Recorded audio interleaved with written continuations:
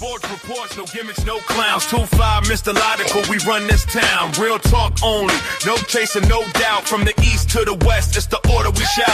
Mic check, lights flash, game time, stay ready. 2 vets in the zone, keep the pressure real heavy. Big hits, big plays, yeah, we breaking it down. Truth rings in your speakers, every word is the crown. From the north side hustle to that southern flame. Midwest grind, west coast of the game. Sports talk kings, yeah, we wear that crown. Turn it up, let them know it's about to go down. Sports reports, no gimmicks, no clowns. 2-5, Mr. Logical, we run this town. Real talk only, no chaser, no doubt. From the east to the west, it's the order we shout.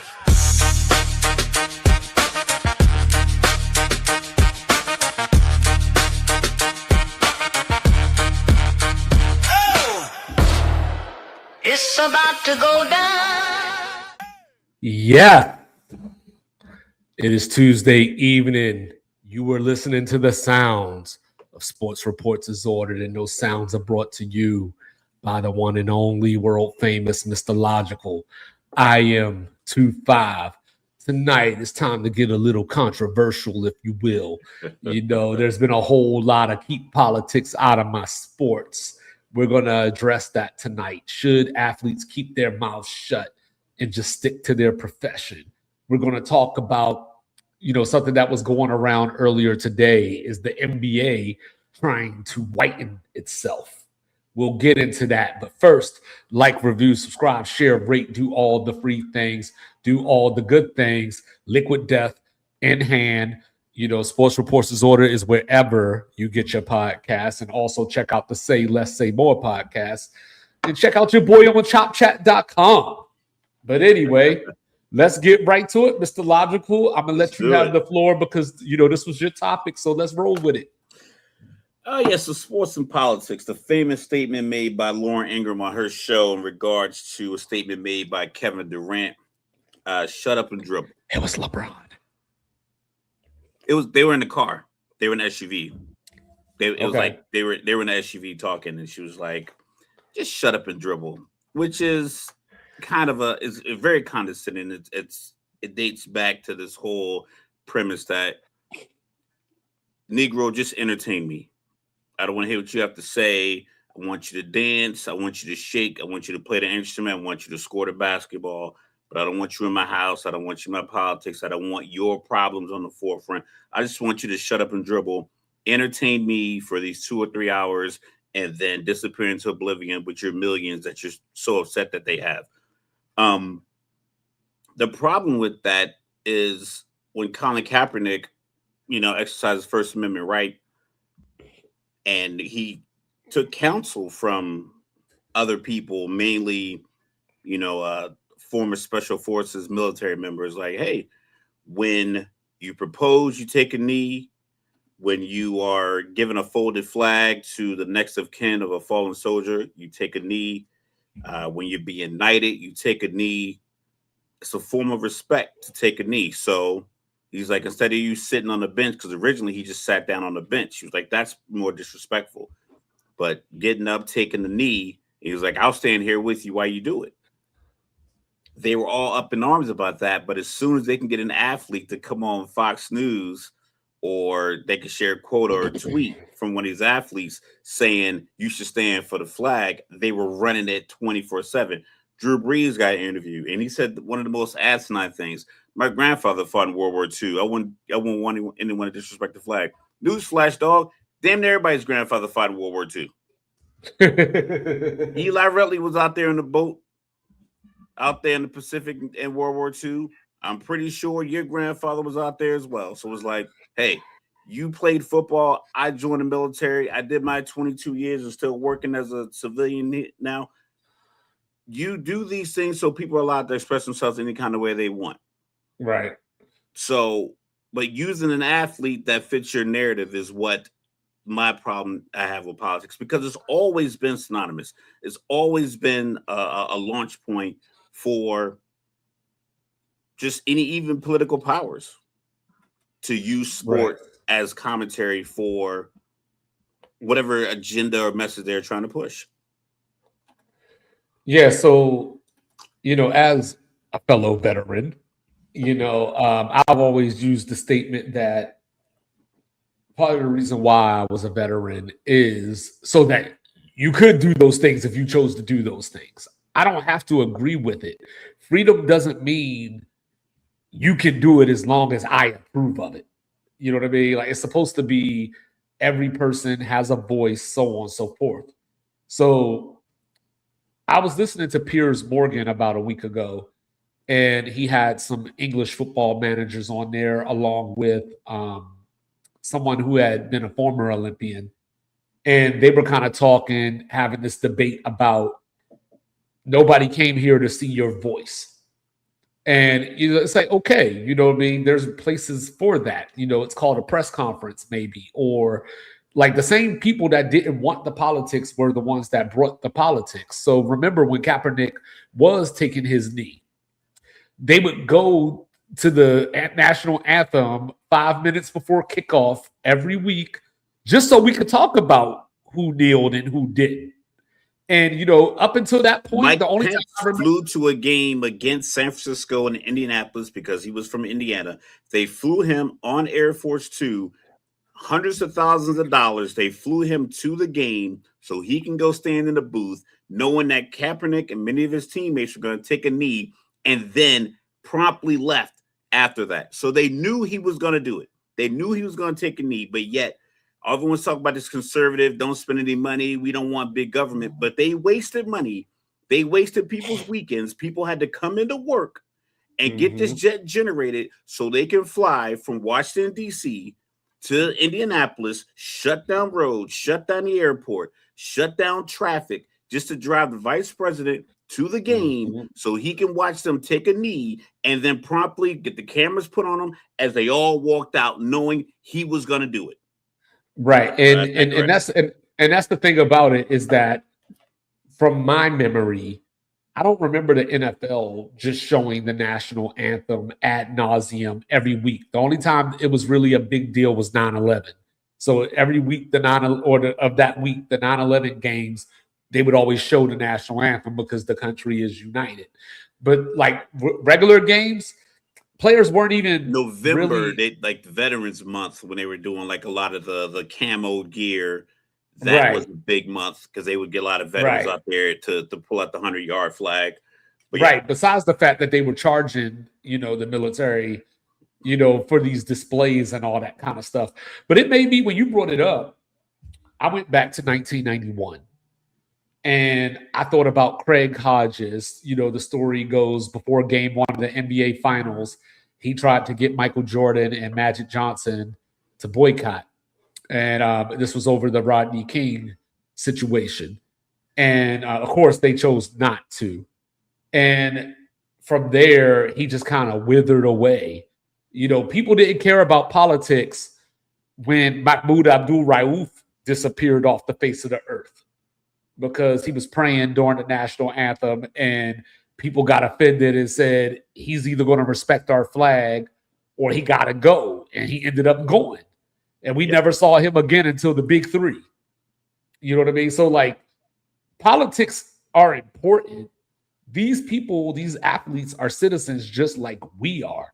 And then last thing for me real quick is, the problem is that a lot of these athletes treat their protest like the mom at the store that's getting tired of you better stop before we go home. You better stop. I'm going to take you out. And so like they come out and they talk all boisterously.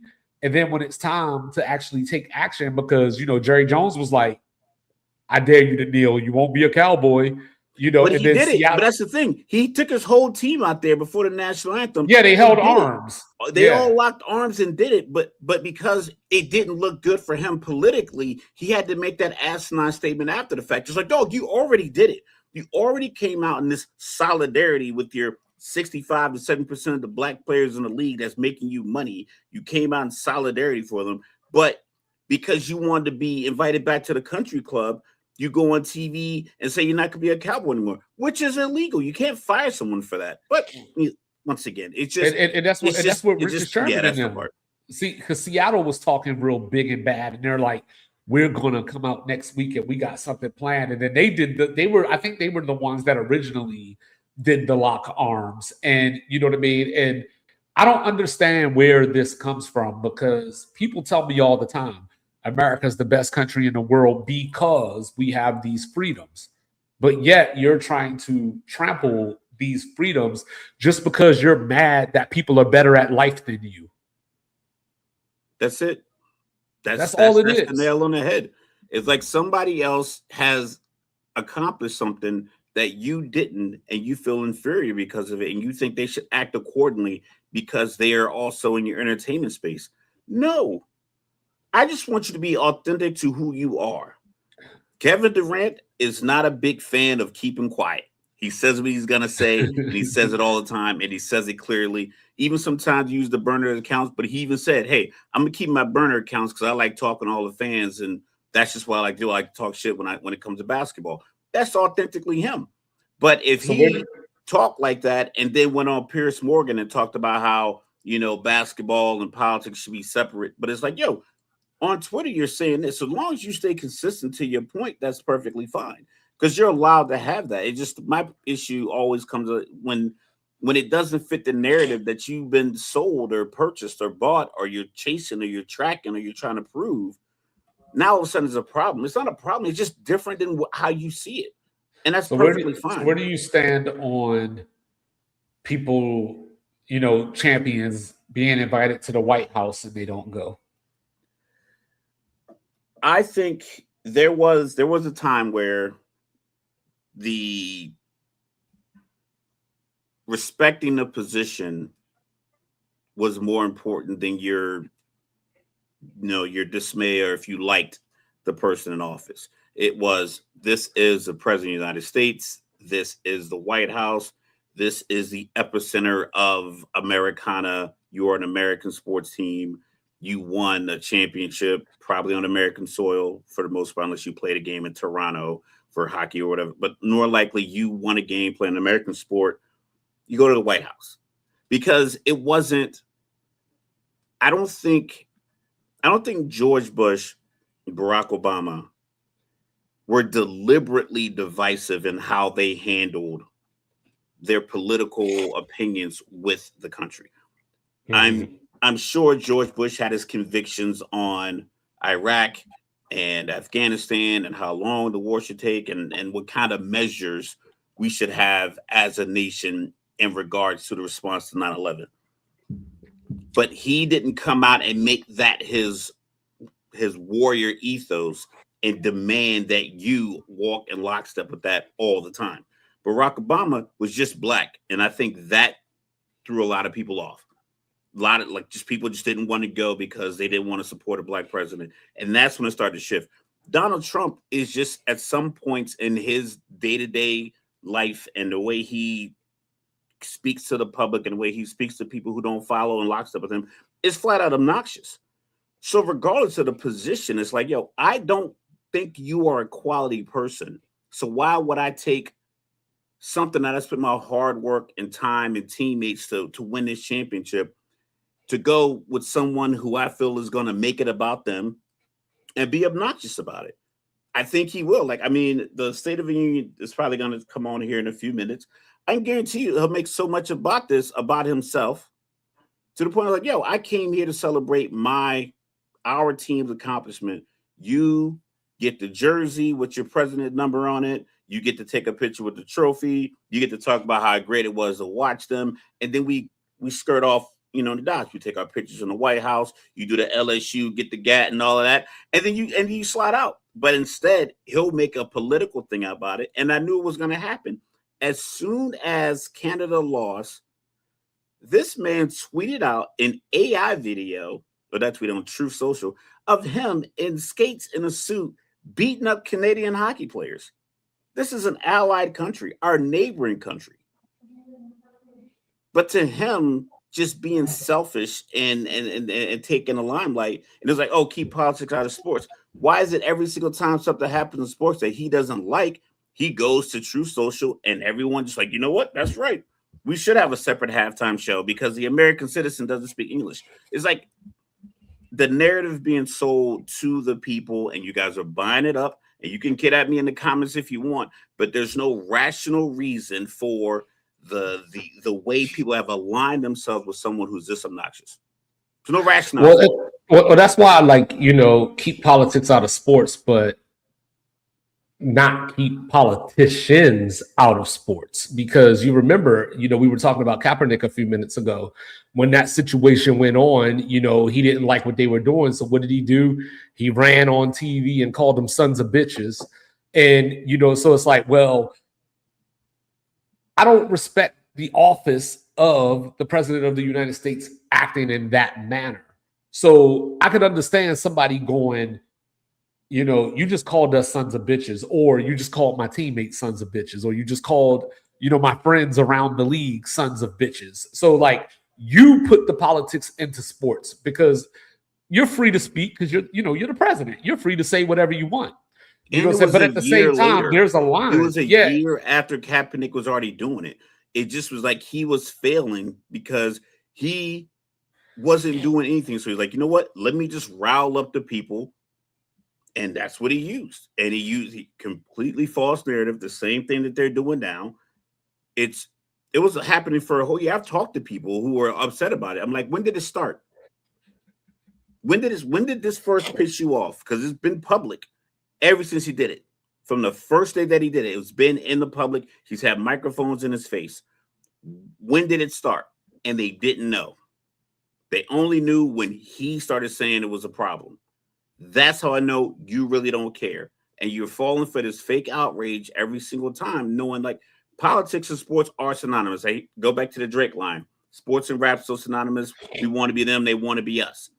Go back to elected off of popularity. They go back to Jim Brown, Muhammad Ali, and Kareem Abdul-Jabbar.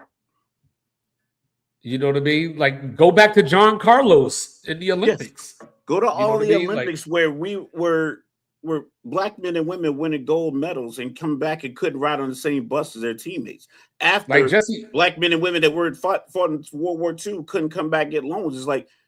It has to be an understanding that your complaint about someone being upset that politics and sports are merging together is complete BS, because that is what it is. It's being used. How can you have me compete for the country, but yet in the country I live in, you don't want to give me, I have to beg for the voting right. But you have me over here in Seoul running 100-meter dash or boxing and all those other things, but yet I come back here and I can't get a loan for my home. I got to sell my medal if I earned one to get enough money. It's like, how is that not a political stance? You literally, well, even the people that are going to the Olympics and winning, he's still upset at them because they're not doing it the right way. You know what I mean? And it's like one of those things, like, the one of the most American things that you could ever do is criticize your government. Like, I think people forgot how America came to be in the first place. You know what I mean? America didn't become established because everybody got along and it was just, hey, I got this idea of a country. It was, yo, we got to go to war. We dumping all this tea out the war, like all this kind of stuff, because politics is a big part of the American experience. And we're telling people that if you're in a certain tax bracket, if you have a certain profession, that your opinion matters a lot less. Even though that person is in a position, probably, if they wanted to make an even bigger difference when you do consider the money that they have. You know what I mean? And are able to do these things. But we get so caught up in this whole BS because we're at the point where we're treating sports as if it's, politics as if it is sports. Because you got the left, the right, and all this kind of stuff like that. It's intertwining to the point where you can't separate the two at all. Because, people are treating them the same. People are treating a democratic system of voting the way people treat Florida versus Florida State. It's like, I'm Gator and you're just out there chomping and doing, it's like, anything that happens of quality inside of your state, no matter who benefits from it, you also benefit. So people are voting against their own interests. People are out here getting themselves arrested, thinking that people are going to bail them out of jail or pardon them. It's like, are you not seeing that you're being manipulated at a level that's we've seen before? We've seen it in a different countries before. And the whole thing about time politics in the sports, one of the biggest theaters surrounding the 1936 Berlin Olympics. First of all, I don't know how they got the Olympics considering like the What was temperament of going on? Right. going on in the Right. world. But I think a lot of that kicked off after like 1939 when he finally invaded Poland was like the tipping point. But Jesse Owens winning all those gold medals in front of Hitler disproved his theory that he was selling everyone that, oh, we are the superior race. It's like, you got this black dude out here just beating all of you. But that was literally a politically motivated event. Yeah, he also said that like he got treated better over there than he did here. Yeah, he came back and he was racing horses. So like you can go out there and win the battles and do the dance and sing the songs and run the races. But when you come back and you have an opinion, it's like, oh, whoa, whoa, whoa. Like, because Kevin Durant's played for a few NBA franchises. And because he's on the team and he's suiting up that day, that ticket price goes up 20% minimum. LeBron, 20 or 30%, if not more. Kobe's last game probably made Jeannie bust. Probably got her 2 new Bentleys. Just off of just extra stuff. Just off extra French fries they sold. Like the amount of money that these men and women generate for these franchises for you to be like, oh, I don't want you to have anything to say politically, but yet all of these owners align themselves politically with Trump.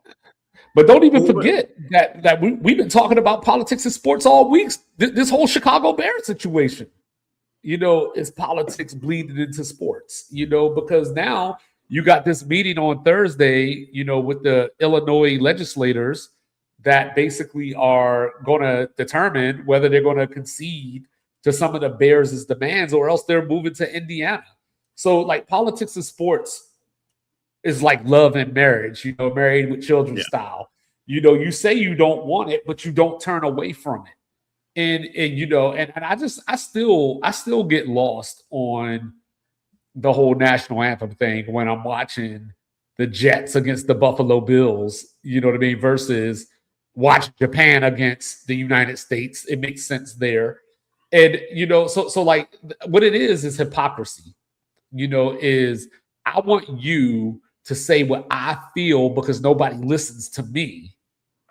But if you go against me, I want you to shut up is what it boils down to.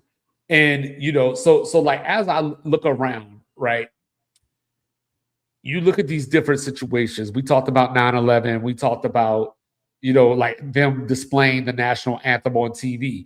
Those people should ask themselves, why are y'all showing the national anthem now when you never showed it before? And then you had people online talking about, I stand up in my house when the national anthem's on TV. I was you are a liar. I'm like, you're lying.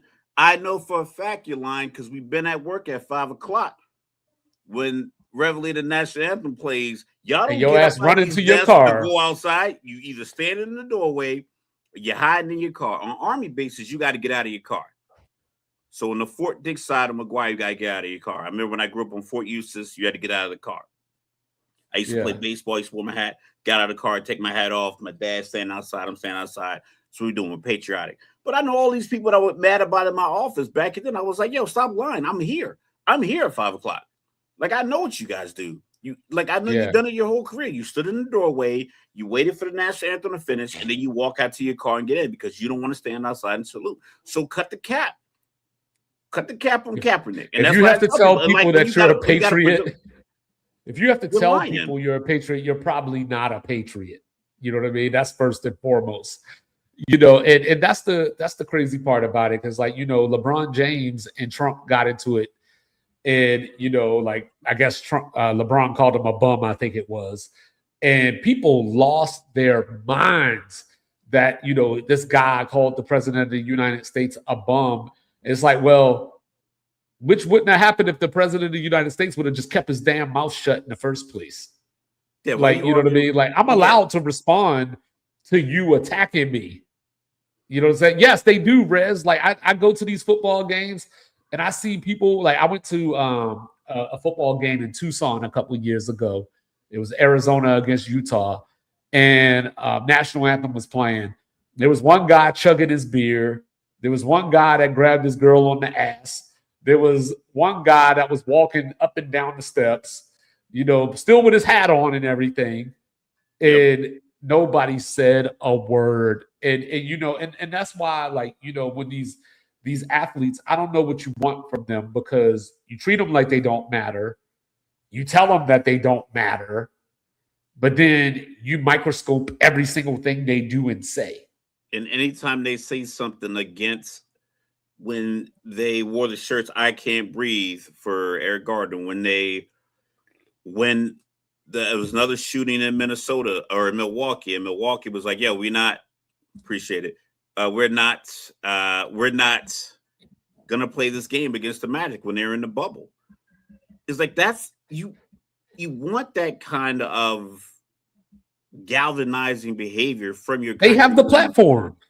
They have the platform. And like the whole, like when people talk about the Second Amendment in theory, based on what people want to believe it to be, is like, if your government becomes so tyrannical, you have to take up arms against your government, the way that, quote unquote, America was established. Was when they took up arms against England with help from all these other countries. Now we want to alienate everyone. But like, that was the whole point. We felt like this government was overreaching their bounds. We were doing everything on this side for ourselves, taking care of ourselves, and you're just reaching into our pockets, taking our money. We're done doing that. Let's fight for it. So we had this revolution. And this is a thing that everyone goes back to. All the 1776 tattoos. People probably haven't read any part of the Constitution past the Second Amendment. But that's the whole point, is for people to stand up against things when they're going wrong. So it just so happens that a black man was killed by police that caused the NBA players to say this is wrong. But now that's not even good enough. Being and MLK having someone getting murdered in HD isn't enough to get people to be like, "Yo, are we going too far?" I saw another video today, lady talking about Alex Preddy. Well, he kicked the car 11 days earlier. He was like, "Yo, you don't deserve to die. Go to jail. Lock him up." After you kick a bumper of a Ford, like that's not how we operate in this country.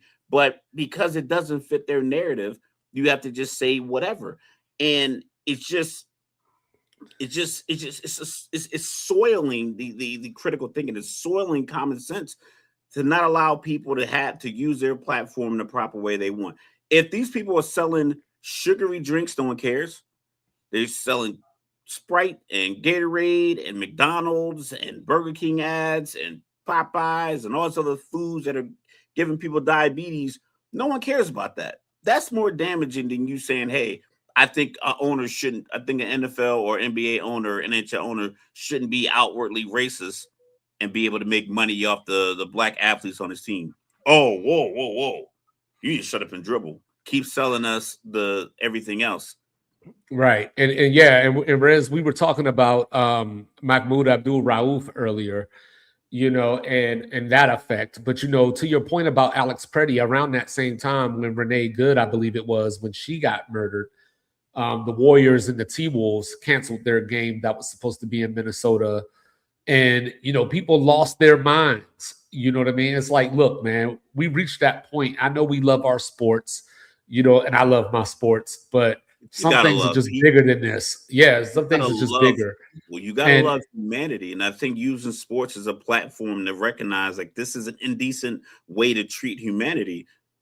Like, I don't understand where the gripe is. Like, do you really feel like if you need to be entertained, I got 7 apps on my TV that show movies and TV shows and comedies. From YouTube to Fubo to Peacock and anything else. If you need to be entertained for that 2 hours, that these players exercise their right that they're not going to play a game, then do that. But if you can't recognize that they didn't play a game because a woman was murdered in the street in broad daylight and there's been no investigation and no arrests, that's a problem. So that's kind of the problem too, because if they didn't say anything, people would be complaining about that. Like, they don't care about nothing. They don't care. They just want to play their game because they want to make their money. So then you don't. All they care is their money.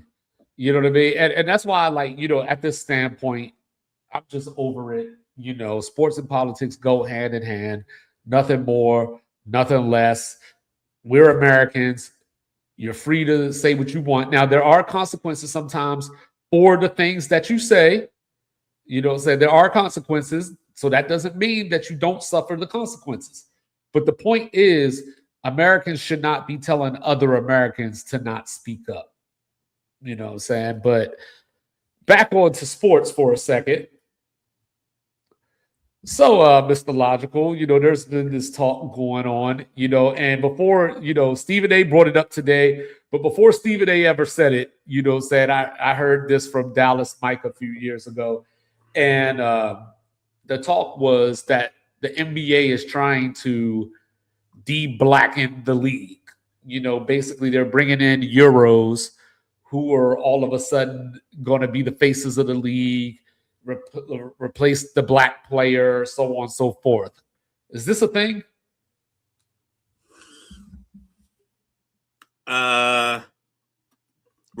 Replace the black player. I'm not going to go that far. I can see that bringing in the European player for basketball reasons, I do understand. I think what Luka and Jokic are able to do on the floor, the way they can command the floor at that size, because the way they play basketball different in Europe.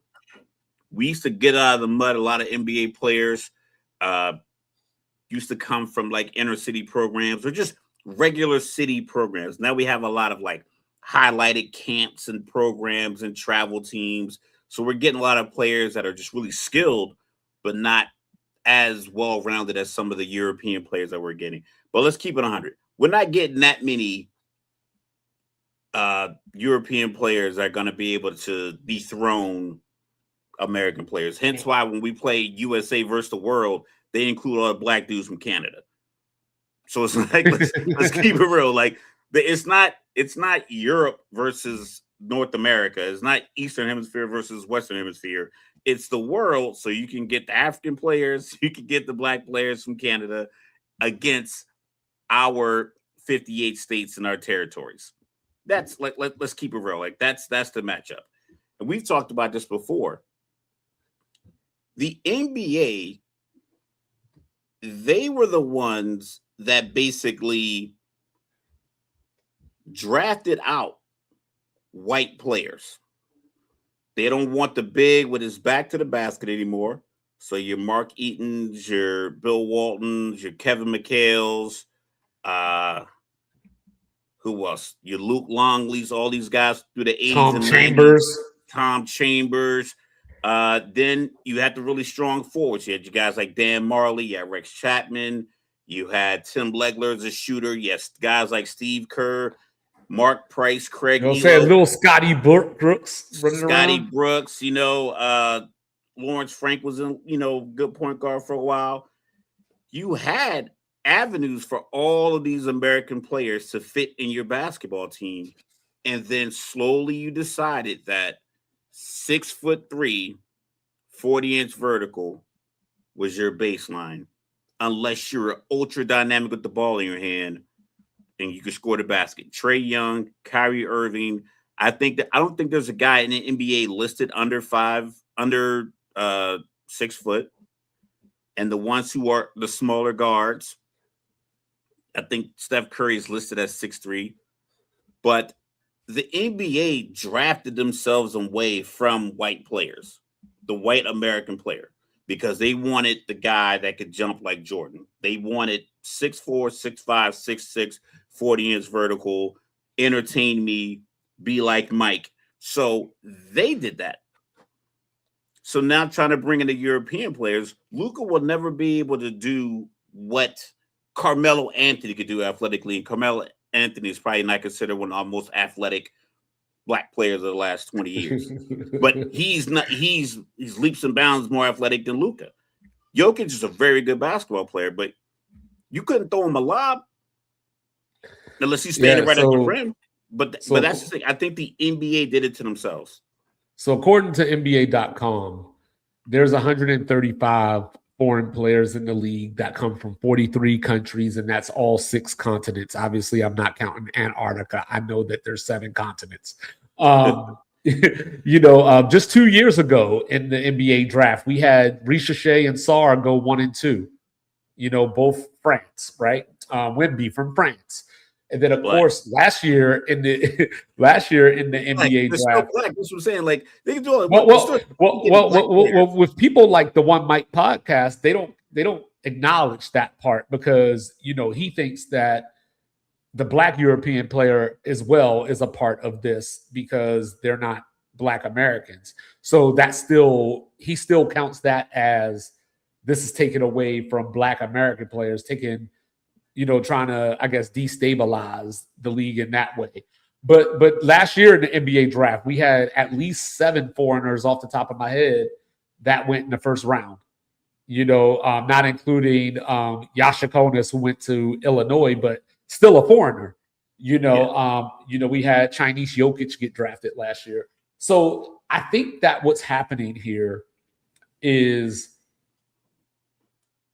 the NBA is reflecting everyday culture. Like, you don't have to jump out the gym to be a great basketball player. You want the best of the best. Who's the most qualified player to be here? That's who's here. This is not a, DEI situation where a lot of these guys don't belong in the NBA. It's just a different skill set that is more structured because we've talked about how AAU has kind of taken the fundamentals away from basketball, but they still play like that in Europe with the fundamentals. And that's why a guy like Jokic can come over here and play against somebody like, say, Karl Anthony Towns, who is more athletic than him, but he can't keep up with Jokic because Jokic has the footwork. He has the fundamentals and the ability that Cat could only dream to have. So at some point, the best European players play better 5-on-5 basketball. I think that's something that's always been like the narrative surrounding those players. But sometimes you just need a guy to get you a bucket, and sometimes athleticism can just be that thing to get you a bucket. Right. And you got Edwards' ability to get to the rim or shoot the 3 or dribble past you or jump over you is his advantage that he has on the court. Yeah, just like, there hasn't, if I remember correctly, there hasn't been an American MVP since James Harden, back in 2018, because I know SGA won last year. Jokic has won 3. Bunch of Jokic, some Giannis, Embiid. Yeah, like James Harden 2018, I believe, is the last one. So, but that doesn't speak to the rest of the league, because if we go look at the league as a whole, so yes, the Europeans are winning MVP, but I think that the Americans are still significantly better by sheer numbers. And then, of course, you have the Olympics, right? Back in 92, the Dream Team was coming out here, beating teams by 60 points, sometimes more than that. And now, our team USA is struggling in a lot of these games. Like, that's how Gabe Vincent got to the NBA, because they beat Team USA. He was playing for Nigeria, and Mike Brown, and him and Yabasule, they were on that team that beat the US in the exhibition. So, like, the world is catching up. So I don't think that Adam Silver is bringing in European players or foreign players just to bring in foreign players. Like, these guys are good at basketball too. Yeah, they're good at basketball, but like I said, I think if they want, well, first of all, you're not going to get equal representation, because the anomaly that is an NBA player it's an odd combination of skills to have. He has to be able to move like a soccer player, probably be strong enough as most football players, but skilled enough to keep the ball in his hand and be able to shoot, while also running off guys who are equally as athletic as him on a very tight space. It's only 95 feet for a basketball court. And I think there is about 26 feet wide, if that. I want to say it's 95 by like 25 or something like that. Like the from sideline to sideline. Yeah, so it's like 40 something, right? Let's see. Like 48. Yeah, it's something. I'll look it up. Keep talking. Yeah. So you got to be able to beat these guys off the dribble, get to the rim. Yeah, 94 by 50. Yeah, so that's a lot of space, mean, it's not a lot of space for guys who are as athletic and as strong and as quick as these guys are in the NBA. As far as the whitening of the league, I would, I'll say, believe that or be more in line with it if they just were, if every team had Austin Reeves starting, but they had Ant Edwards on the bench.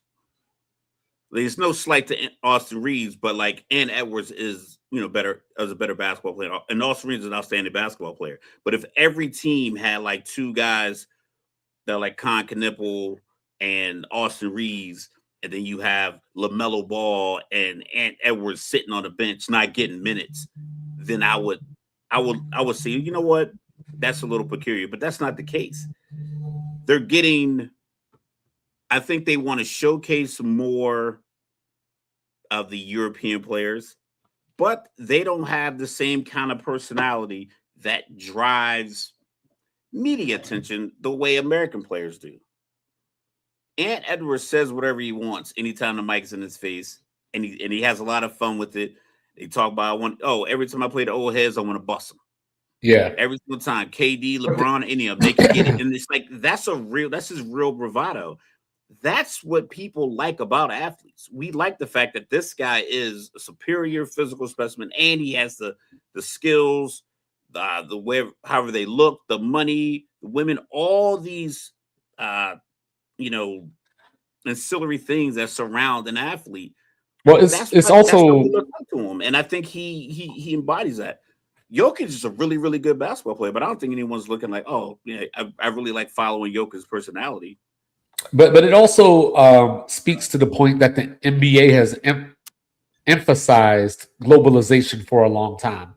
I mean, hell, they got a G League team in Mexico City, and we've been talking about leagues in Europe, like even LeBron was talking about potentially starting a league over in Europe.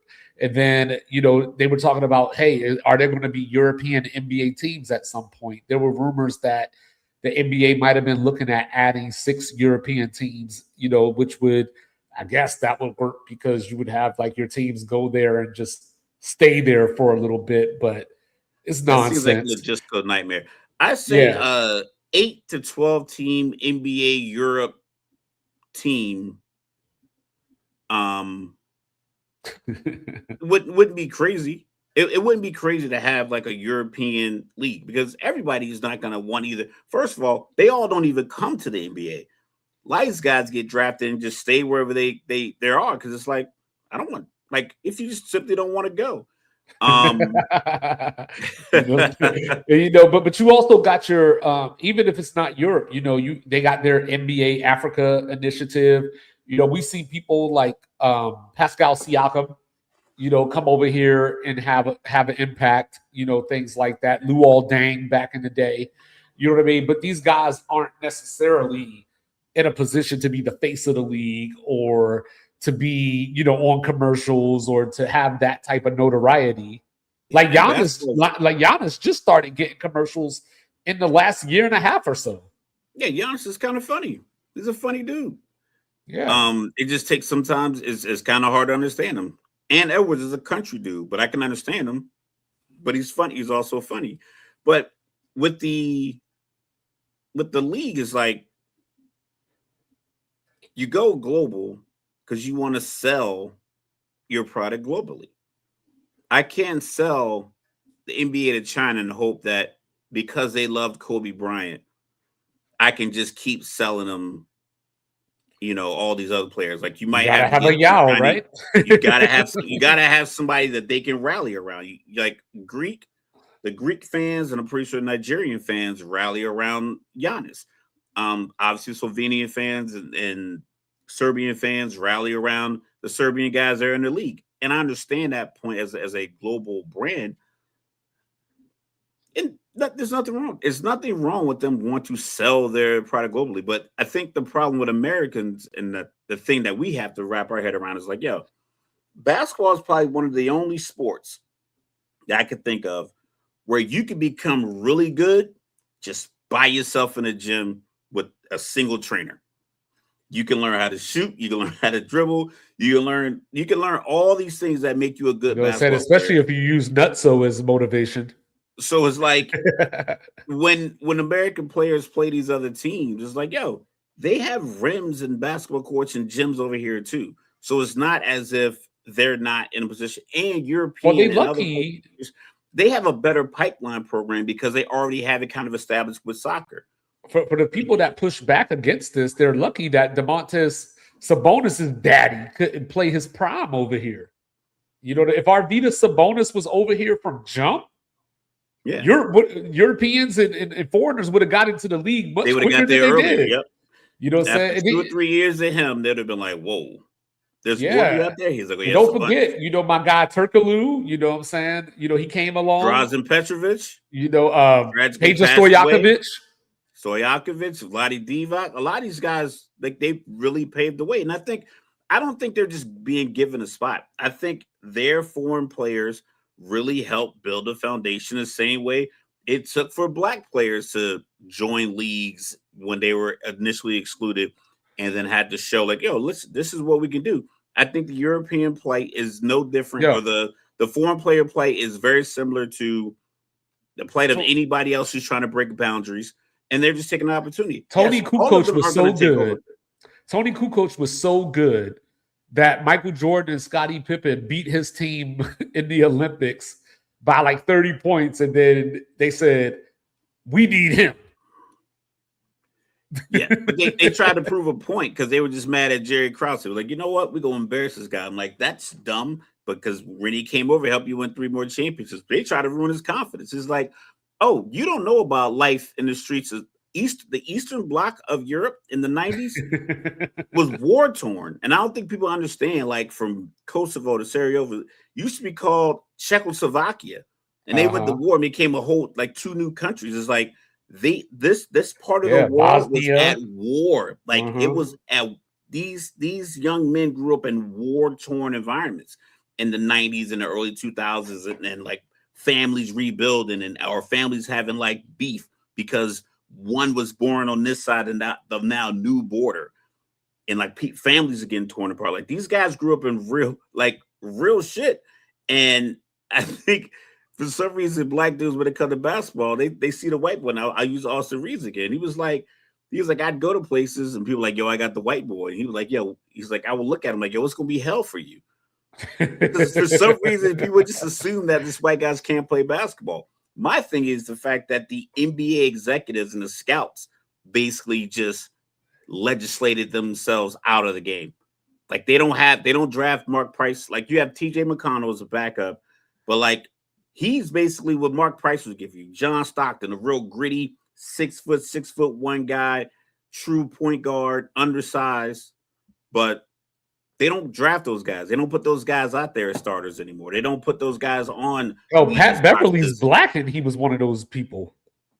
Pat Beverly was a scrappy guy, but he wasn't like he wasn't leading your offensive.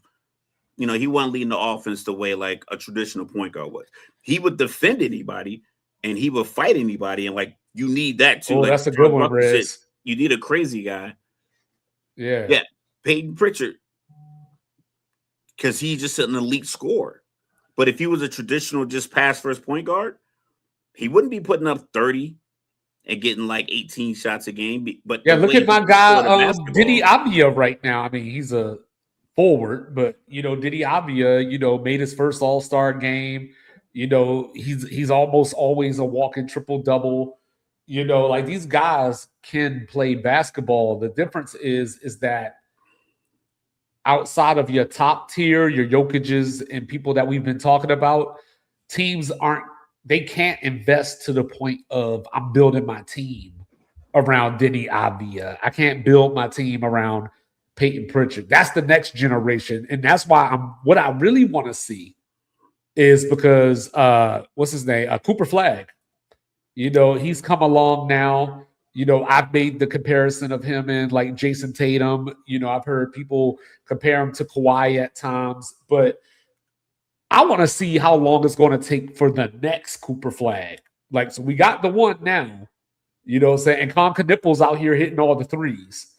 But I want to see when the next Cooper flag is going to be. That'll tell us what we need to know as far as, what's happening to the league or, that type of thing. Because Cooper Flag was out here giving NBA stars buckets, while he was getting ready for the prom. Yeah, he like, and that's just it. They're always going to be, like you said, exceptions to the He's rule. from Maine.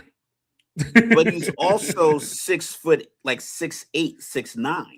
Yeah, and can do that. That's what the NBA wants. NBA wants 6'7", 6'8", 6'9" superstars, and we're willing to accept a 6'4" guy who's an outstanding scorer.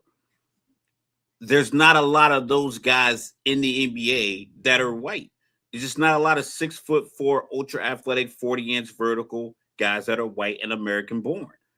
right. The European players play a different brand of basketball. Like Luka should never get a shot off. He doesn't create any space, but yet he gets them off and he makes them. He leads the league in scoring. He's not very quick, and he'll tell you, he's like, yeah, I'm not very quick. And even Jokic said at the All-Star game, he's like, yeah, my game doesn't really fit the All-Star game. He was like, I don't do what these guys do, but he could get to his spots to get his points. That's not you're not gonna pull these guys all the time. You're not gonna find these guys 60th in the draft or something like that. I think SGA is the one, because SGA, even though he's black, he's like a guard version of Tim Duncan, though. There's nothing exciting about him. He just plays basketball better than most people in the league. He has that mid-range jump shot. I like the way he plays basketball. Like he has a very smooth game. You know what I mean? And but he does. If you could teach basketball to a guard, like the way SGA plays, it's perfect. He gets to his spots. You can't rush him. You can't force him off the spot. He can get to the bucket. He can get to the free throw line off fouls. He can finish through contact. He can pull up in the three. Like he's just smaller. He's the perfect basketball player.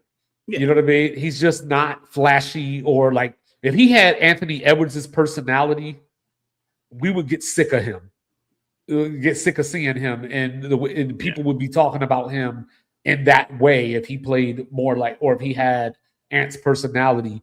But even like if Ja Morant didn't get himself into trouble, I think Ja Morant was on his way to being like the next guy, because, like I said, he's undersized, but he's so explosive. He does something that's more dynamic than another guy his size. Like, I don't know why he wants to dunk on Kevin Love so bad, but every time he tries, it's like, I'm gonna make a highlight out of this. But that's the exceptional thing about him as an individual player. That's not the standard. And I think understanding that, yes, European players are going to play, because, first of all, I can get you at 17. I can keep you in my program. And you've already been a professional at that point. You're a professional. You've been in a good pipeline program. We talk about the AAU programs here. The prep school program, the high school prep programs are good, but a lot of them are like just kind of putting all the best players on one team. So we talk about with Gilbert Arenas. He was like, my son played on a regular team, and you got to be the man. But as we are going forward, it's just going to be a lot of former NBA players, kids that are going to be the new faces of the league. A lot of former football players, so it's going to be people who grew up with money because they had access to these programs and these tournaments. Because I was down in Virginia a couple weeks ago for my son's 7-on-7 program. Mount Verdi from Florida was up in Virginia. So if you are a kid from Florida and you don't get a scholarship to go to that school, but you can play basketball, you don't even get an opportunity to get to this tournament in Virginia because you can't afford it, which is a reasonable thing to not be able to travel around and play high school basketball at 14 or 15. But the people who can afford it, they get highlighted. They go to the Adidas camps. Bill Self is an Adidas coach. He sees them. You got a spot at Kansas coming in the next couple of years. So that's the other piece. Our pipeline programs are kind of broken. Mm-hmm. Because when they get to college and they like that overtime elite, I thought that was supposed to be like a real thing to help them develop. All it is another AAU showcase. Like when they all walked out when the guy got the MVP, it's like we don't even show like support and solidarity within our own basketball structures. All beef to the point where it's like you're allowing these other players to come take your spot, right? So So I mean and even a lot of them, what I think the Thompson twins they were overtime elite. I think Scoot came out of overtime elite. I believe Alex Sarr played a little bit in it, but that like those guys are like 19 and 20 years. I think it's a high school league, but some of them are like 19, 20 years old, maybe. But once again, it runs a lot like an AAU program. yeah. So, like I think that at some point there are going to be players that still come over here because it's a big world out here, obviously. But I don't think we're ever going to get to the point where you're going to look at an all-star team and see 8 Europeans, or I don't think we're going to get to the point where, and if we do, it's going to be long after I'm not here. You know what I mean? Yeah. But like it's one of those things that I think that the people that are against it, it's almost a reversal of what we fought for, right? Like we wanted equality, we just wanted a seat at the table. And then, said, and now it's like, hey, we got something. We don't want to let these people at the table. And Eric, but we paved the way. They just laying their cement. It's nothing wrong with change and evolution in your sport. That's how we got to this point, because a lot of these leagues were all white. A lot of these colleges were all white. Hell, Dirk is a top 5 or 6 all-time leading scorer. Yeah, you know what I mean? Play ball, but don't lose your spot. But even with somebody like Dirk, like I said, who finished 5th or 6th all-time on the all-time scoring list, there wasn't really a point where people looked at Dirk as he was the best player in the league. Like he won an MVP, but people didn't look at Dirk and think he was better than Dwayne Wade, or he was better than. They didn't think there was going to be like 20 more Germans that came and joined the league, because sports isn't everything to everyone. I know we kind of mix it in with like politics, because sports is a big deal to the American populace, because it has been kind of ingrained into our culture for a couple hundred years. Right. Sports, it's just been like what we have done. It's been the thing that's kind of made us this world that we operate. Like it made us so significant. What up, Jack? But the other countries play sports, and then when it's over, it's over. Like guys retire, they go back. Like Jokic talks about, they asked him if he could win MVPs for the rest of his career or have all of his horses win championships. He said his horses. Like legit, they asked him like 2 weeks ago. So like that's what these guys care about. And I don't think, because of the way we see how the draft has gone, and we've seen Andrea Bargnani go number 1 overall, and it didn't work out. We're seeing Alex Sarr and Risha Shea and a lot of these guys come from these foreign. It's like you want it to work, but good old fashioned homegrown Wisconsin cheese and beef eating conkin nipples out of here killing it, because it's like this is also what we do at a high level as well. And we're playing tough competition all the time. When they do get a chance to play, they're playing tough competition. You're going to Duke. You're playing big-time basketball. Some of these guys aren't going to pan out. They're going to try. Well, yeah, because, you got your form. Guy can dribble the ball, and he could be my new Wemby. I'm going to take a flyer on it. The problem is he's only going up against guys who can't defend him the way Julius Randle is going to defend you. Like, yeah, everyone looks Julius good. Randle ain't defending nobody, first of all. He'll hit you. He'll hit you a couple of times. I ain't saying defend you well. Draymond's going to hit you, knock you down. Oh, yeah. My moratorium is over. I can talk about Julius Randle again.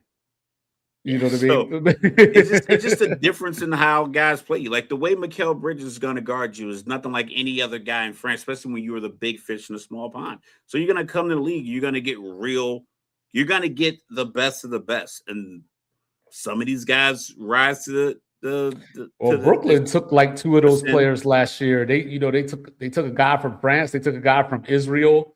You know what I mean? Just so like these guys are coming through the cracks, and a lot of them, are starting to go to college basketball now. Like we got Peja Stojakovic's son is in college right now. Yeah, I think he's done a couple of years. He might have transferred. Or Yeah, he's like I think out. he's with Illinois now. And then like I said, Yasha Konis from the Heat. He got drafted last year. So these guys are coming in, but I don't think they're infiltrating the sport to where the sport is unrecognizable. Like these guys are choosing to shoot all these threes and bore us to death, trying to be Steph Curry. But I think that the NBA globally, from a global standpoint, I think that they're meeting their goals. Like they're doing everything that they're set out to do. You know what I mean? And that's a good call, Rez. Like these AAU camps, trust me. I had my son on an AAU team. Never again. You know what I mean? But it's so much fuckery going on. And to your point, they just all try to build their version of the Heatles, I guess.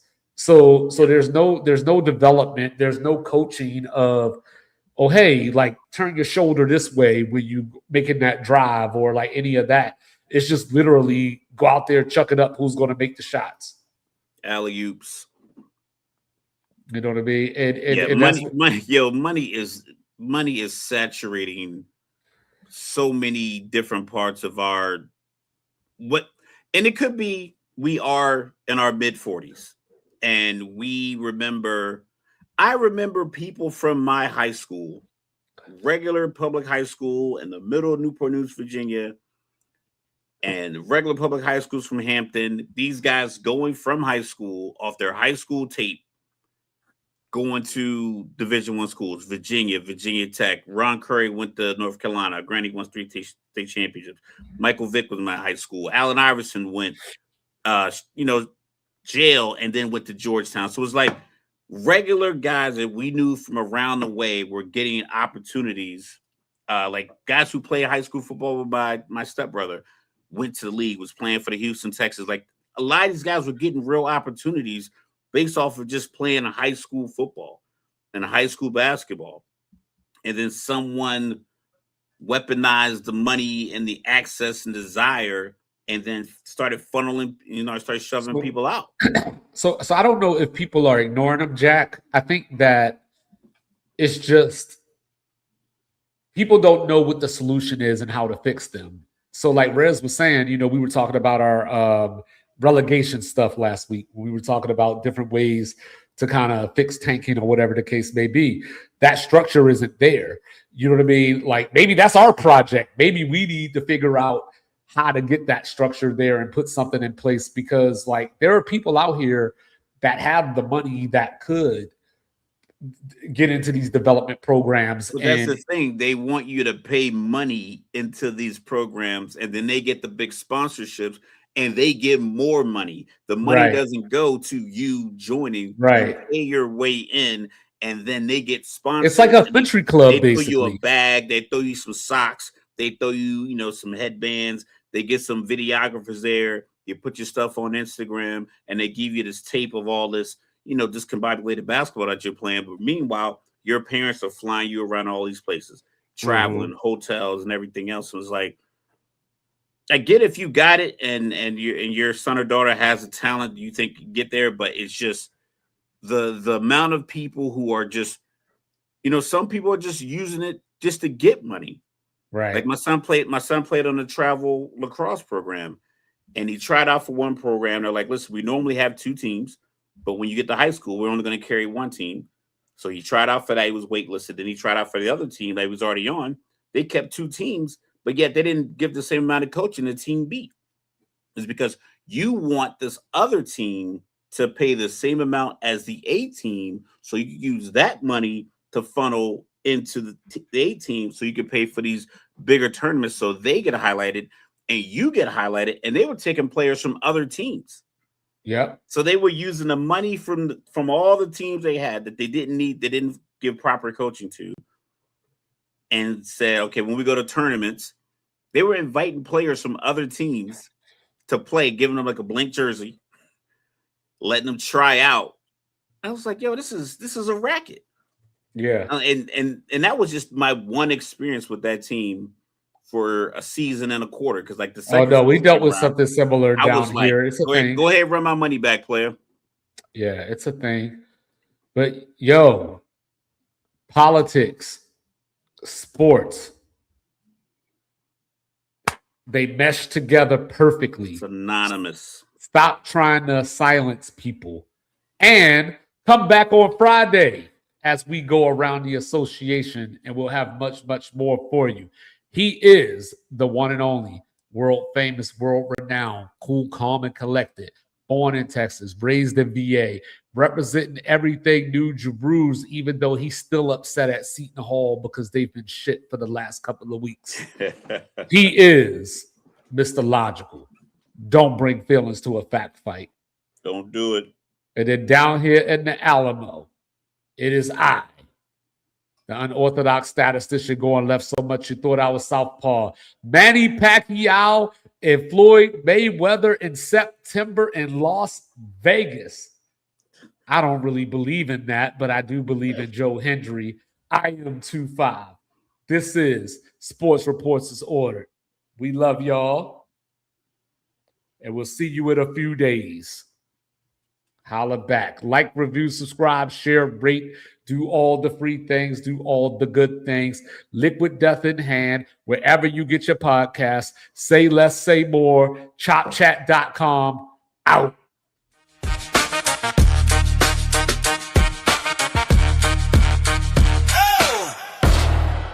It's about to go down.